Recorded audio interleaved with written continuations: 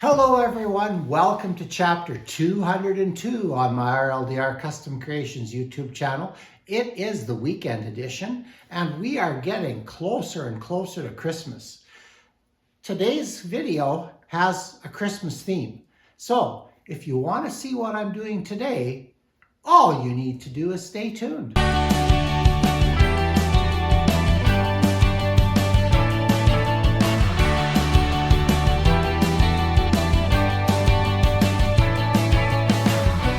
Oh yeah, it's getting close to Christmas. My days until the big day are pretty much all planned now. I have to get to certain places on certain days, otherwise things won't be on time for Christmas. So I've been here before and we're gonna get with it. The only thing that's gonna maybe mess me up is the snow blowing schedule I've had to keep lately. We have had, I don't know if it's unusual weather, I wouldn't necessarily call it that.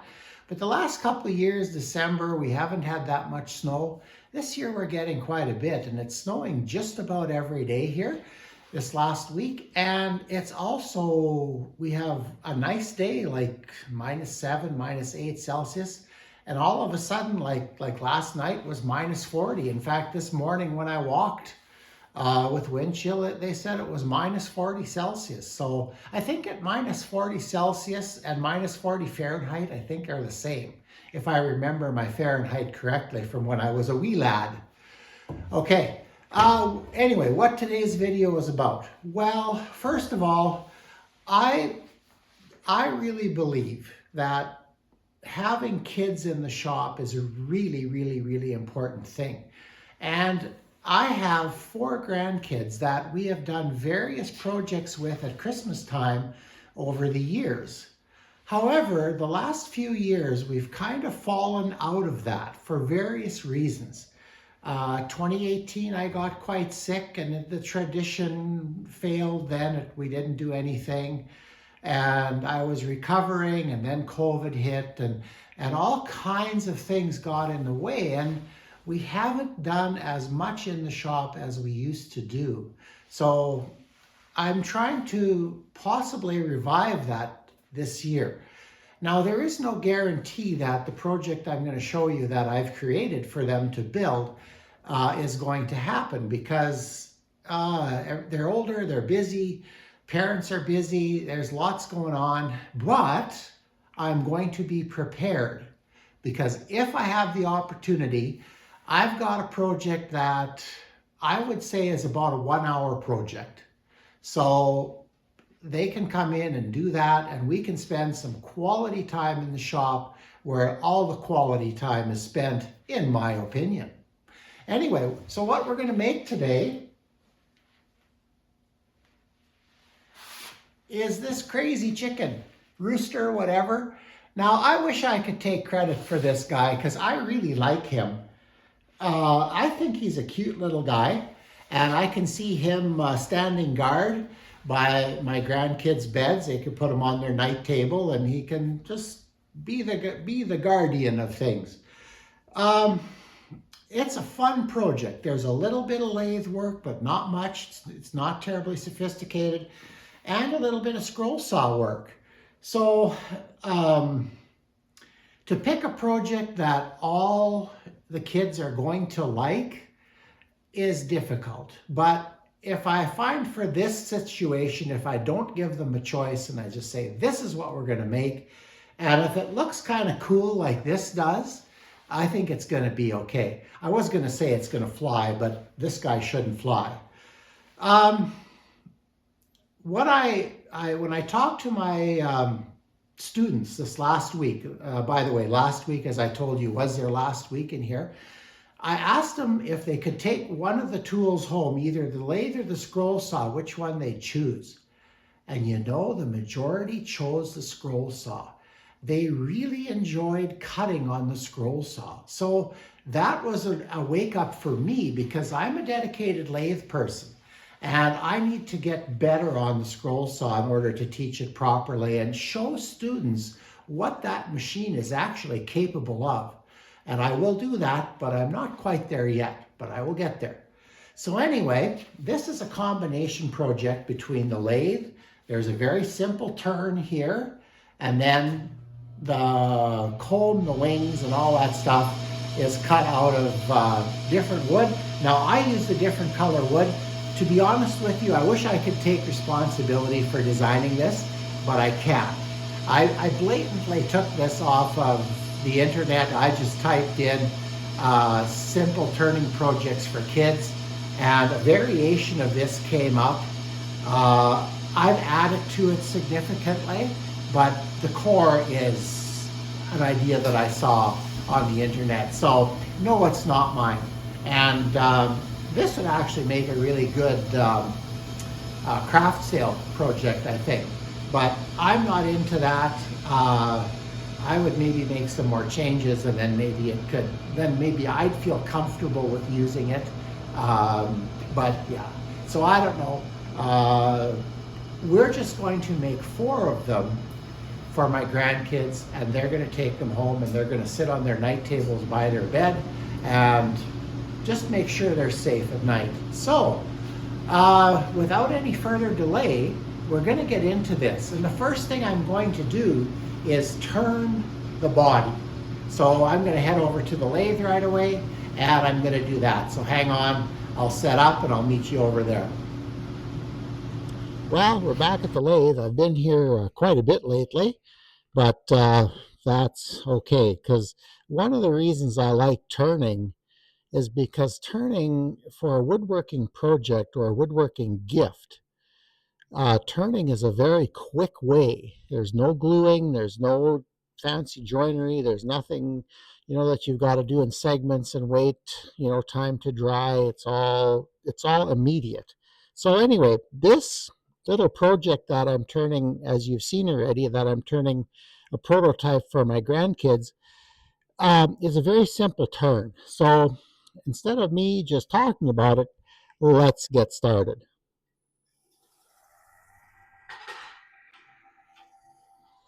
Okay, we got spindle roughing gouge.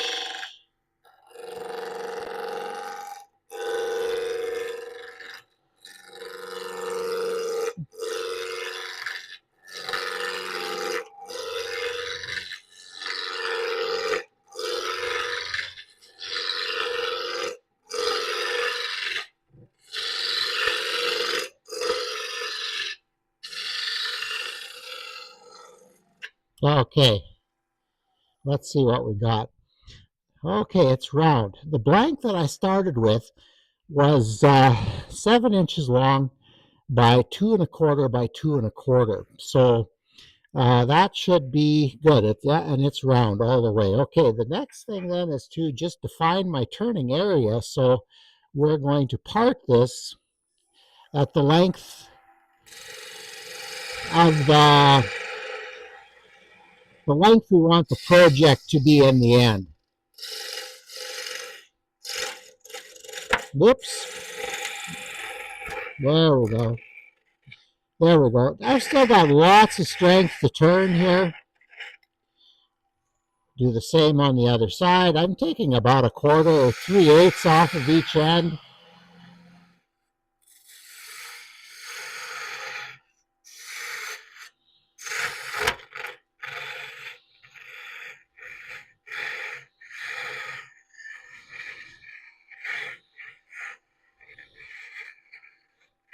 That's good enough. Okay. Yeah, as I mentioned, basically we're just going to turn a taper.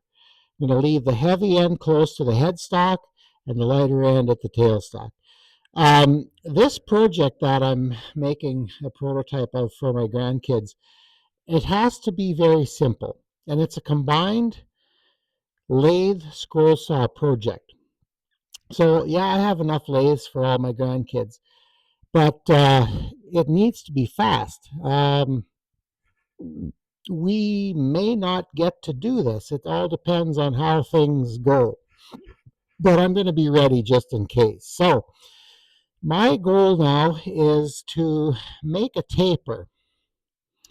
And I think the top is going to be about this size here of my tenon in the end. So, okay, let's do this. And I'm trying to turn a little faster today because this project I don't want a long video, and when we're doing this with kids,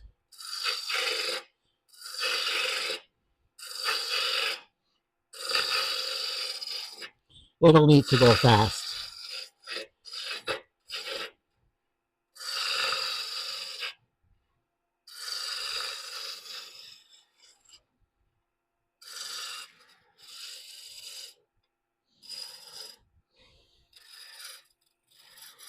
Okay, let's try to get this nice and smooth here.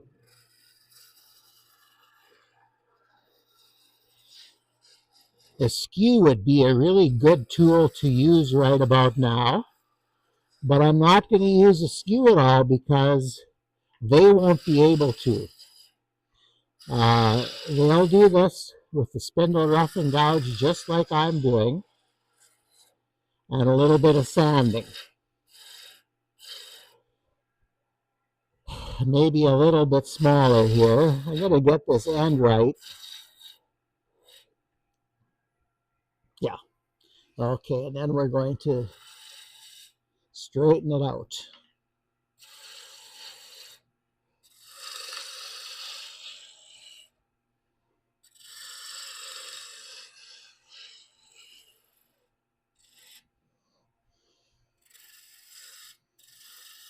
That's looking pretty good.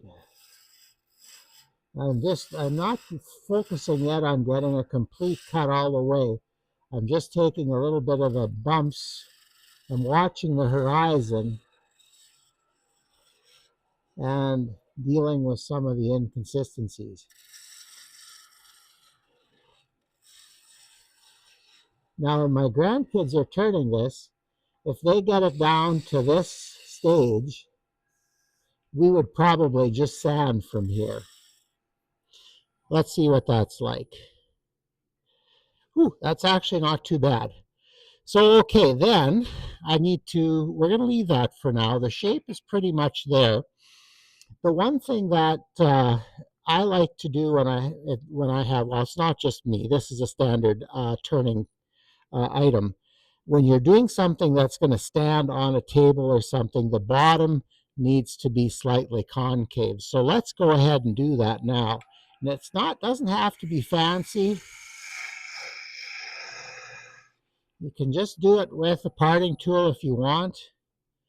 Yeah, you can see, I don't know if you can see that in the camera, but there's gap in the middle there, and that's what we want. Now, the way I would normally do that, again, for my grandkids, this will probably be finished like this, because it's the bottom. But I like to take a spindle gouge, and get a catch because I'm not paying attention.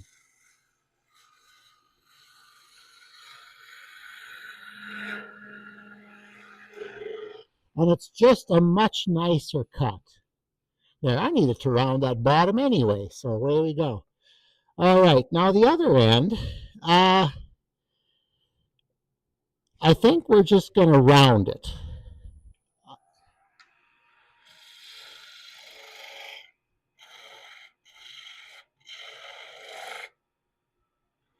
And the reason I'm using the spindle gouge is because this is a tool that they will have in their lathes.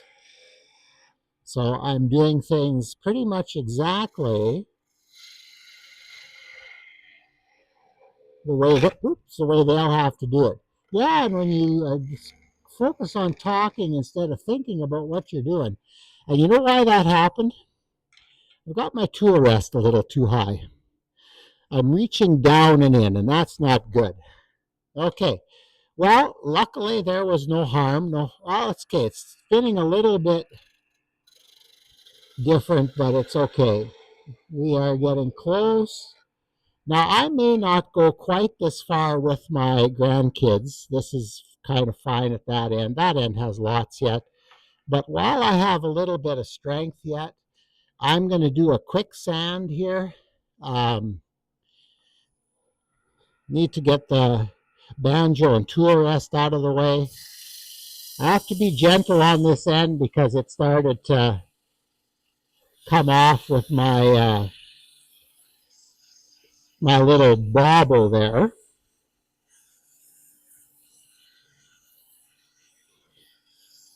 Well, if you want to make mistakes, just turn the camera on. It'll happen all the time. But you know what? That is a part of turning. And you're going to make little errors. Fortunately, that one I got away with. Okay, let's go part the other end a little bit more. There we go. Yep. And here's my parting tool. And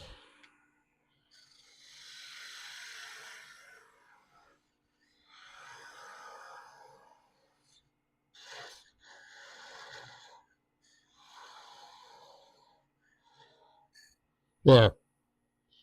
Okay, and that's a simple turn. It's something they should be able to do quite quickly, and it's one piece of their project. So, okay, well, let's continue on. And I've got a little bit of a prototype of McChicken here, and what I did is I went to the scroll saw and took some 1/8 inch thick pine that I had for raising units for the projects that my students in grade 6 and 7 did, and use it as a prototype. That's the nice thing about doing a prototype is there's a few things about the add-ons here that I'm not crazy about. So I brought this in the house last night and let Sheila look at it as well. And I'm going to change the top a little bit here. And I think maybe the tail a wee bit, and the wings are going to get a little bigger. So one of the reasons I'm doing that, it's not just for aesthetics. I mean, I think this guy's pretty cool the way he is. The wood on here, we're going to use a darker color. I'll look through my hardwood scraps and see what I have. But the width is going to be about that 1/8 of an inch, maybe just a little bit more. And the beak I'm not sure about. I just took a piece of dowel and went to my disc sander and just rotated it and made it. And I might do that because I don't have the right size dowel just to use, say, the pencil sharpener, which I've done a number of times, and it's not quite long enough. So that's something that will maybe change yet as well. And the googly eyes, I have a whole container of those. But we're going to use darker wood. I was thinking if I had walnut around, that'd be perfect. If I don't, I know I have a board that I've used. I'm not even sure what it is. I inherited from a friend's wood collection, but I'll make those pieces. But before I do that, I'm going to recut the comb. These pieces will also act as patterns for my grandkids. So when they're finished their turning, or whatever order they do it in, I do have enough lathes for all of them. So that, but somebody might want to get ahead on the scroll saw and then do their turning because I only have 3 scroll saws. So anyway, we'll make that all work. But if the pieces are a little bigger, that makes them a little easier to cut on the scroll saw as well. So, and a little safer. So we have a little bit of another step of prototyping to do, but then I'm going to have the real thing. I know what I want now, and I'm just going to redo the patterns, and probably the next time you see this, it will be in its final form. Okay, we'll be back in a bit. Well, I've moved on to the scroll saw. The turning is really, really simple and didn't take very long. Now I'm going to make the wings, the tail feathers, the comb, the beak, and the whatever those things are that are below the beak. I don't know. Anyway, I'm not much of a good person for chicken anatomy. I'm going to use a contrasting color wood for that, and I'm going to use this. And I'm not even sure what it is. It kind of confuses me. It looks like it should be a hardwood, and it might be from that family, but it's very light, and the growth rings aren't particularly tight together. It's not Physically, it's not hard. It's quite soft. In a way, it feels a bit like pine, maybe a touch, physically a touch harder than pine. But I like it, and it's part of the board that I know I've used this wood before on this channel, but that I inherited from a fellow that the Saskatchewan, if you're an old timer in the Saskatchewan Woodworkers Guild, you'd recognize the name, and that's Alf Wilson. Alf was an amazing woodworker and brings back a little bit of nostalgia working with a piece of wood that used to be his. So I'm not sure how I came into possession of it, but that's the wood I've been using. And I've milled this, resawed and milled this to just a bit over 3/16 of an inch. So I think that's about right. I'm just going to put that aside. I think that's just about right for this application.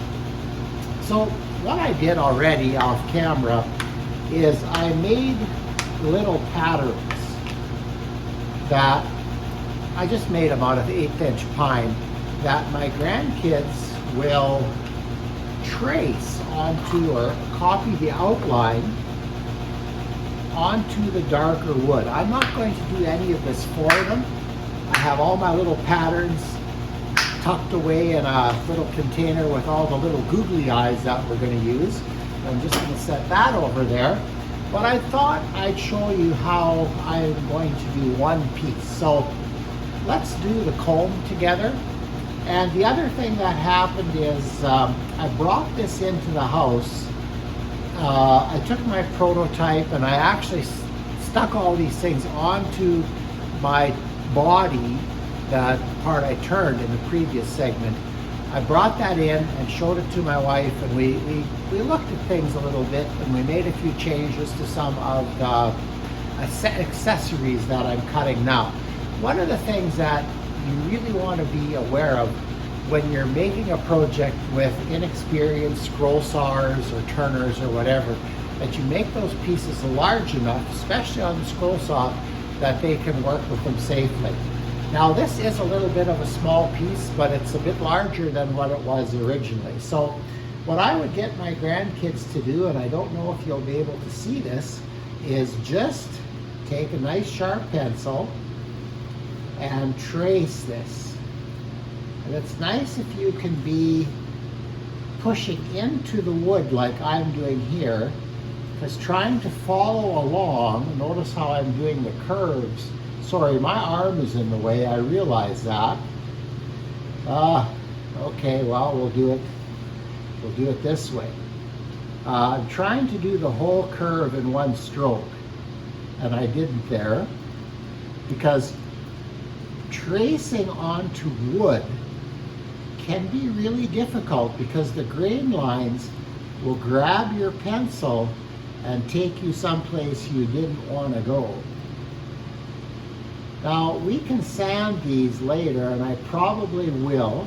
My grandkids really like to run the Dremel with a little sanding drum on the end, and my students do as well. So, but that's, there we go. You can kind of see that. And that's what my grandkids will do. Now I'm going to be very protective of these little patterns, and I'm going to make sure that I put it away right away, because otherwise I will lose it and I will not be happy about that. Okay, where is that? That's not slapping in. There we go. Okay. Now is the time where I can use a scroll saw. And I like to cut, I need to do some more work on this saw yet. It seems, the blade seems to scroll a little bit more than I'd like it to. And I don't know if there's a setting for that or not on this saw. I need to do some research. And I haven't done that yet. I've just used it. I haven't looked anything up. So anyway, I'm just going to turn the saw on. I'm going fairly slow.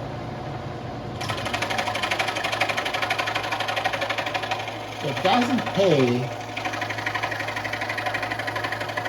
to go faster than you can comfortably keep the saw blade on the line. And again, if you've got scraps, don't put your fingers in there. Push them away with the piece. And I did actually hit the garbage can when I threw it. Okay.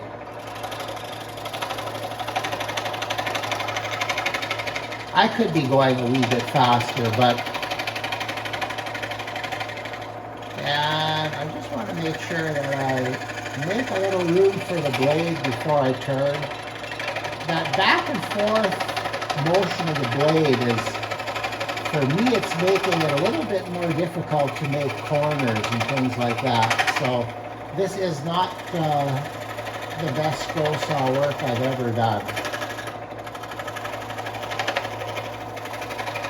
The other thing you have to watch with the scroll saw is that often the blade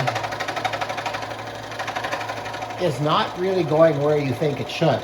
You think it should go straight like that, but in order for me to cut straight here, I need to, straight is here. So that's taking me a little while to adjust to that. Just want to make sure that you keep your fingers away from the blade.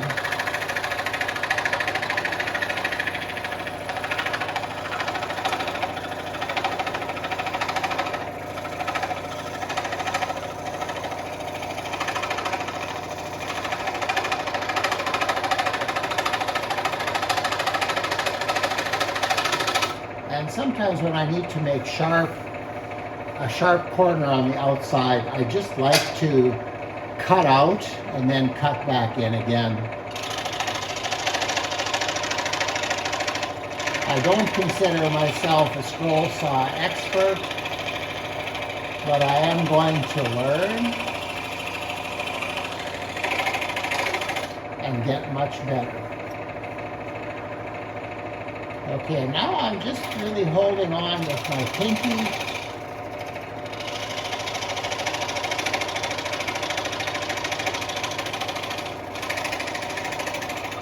Okay. And there we have it. This 3/16 wood, whatever it is, cuts really nicely. And now it's just a matter of tracing all the pieces onto my darker board and cutting them all out. So I don't know there, and then there'll be a little bit of sanding on my prototype. I probably won't do much sanding at all, maybe just enough to get the pencil line off. But after that, my plan is to glue this onto that turned cone kind of body that I made the other day, just with yellow glue. And clamping on is difficult, so I would use what I would refer to as a rub joint. I'll just put glue on where it needs to go, rub it back and forth a few times, and then let it sit and let it harden. And that actually works pretty good. Now this chicken won't be flying, so I mean, if it has any crash landings after being thrown across the room, yeah, they're coming off. But for normal use, if it's just gonna sit on the table and, you know, handle that level of household abuse, it'll be fine. Okay, so what I'll do is I'll bring you back when it's done, because I think you've seen all you need to see to do this, and we'll close this video off. Well, here it is. I'll just gonna put it up to the camera and let you see a little bit closer. Give it a slow rotation.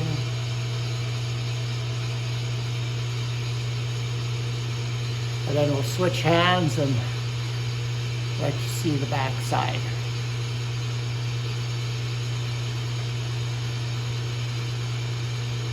There we go. Okay, well, a couple little details that I should let you know about yet. Like I said, the glue bond is just kind of a rub joint. It's a little tricky to hang on to everything, but it worked out okay. The key is not to keep touching it. And I'd put one piece on and then I'd grab it, put the other piece on, and I'd bump the piece that I'd put on before that, and then I had to go back and do it again. But my grandkids are young and excellently coordinated. They won't have a problem doing this. They'll get it right away. The other thing is, what I did is I just put, so far it's only really one heavy coat of spray on clear, Krylon clear gloss. And it could probably use several more coats. While the finish was still wet, I put the eyes in, so there's just the finish holding the eyes up. So, and these eyes are available from, I think I bought these at Dollarama here in Canada, but I would think any craft shop should have pieces like that. So, I don't know, this was in the real time. Well, I made patterns and everything. In real time, I'd say this is an hour. If my grandkids get in here and I have the lathes ready, which I do, the blanks are ready. I haven't cut pieces of the dark wood yet, but I know about how much it takes, so I'll cut a piece, put it with their turning blank, and their wood is all there ready to go. I would say that they could probably finish this project in an hour. And that if they get to do this project at all, we don't have much time, and there's lots of other things to do. But if we're sitting around, and I like to get them in the shop and getting them do some things. So it's a just in case, it's a standby project, but it's never wasted, because I mean, people could make these. I could maybe do a small combined turning scroll saw class. It would be really simple to do.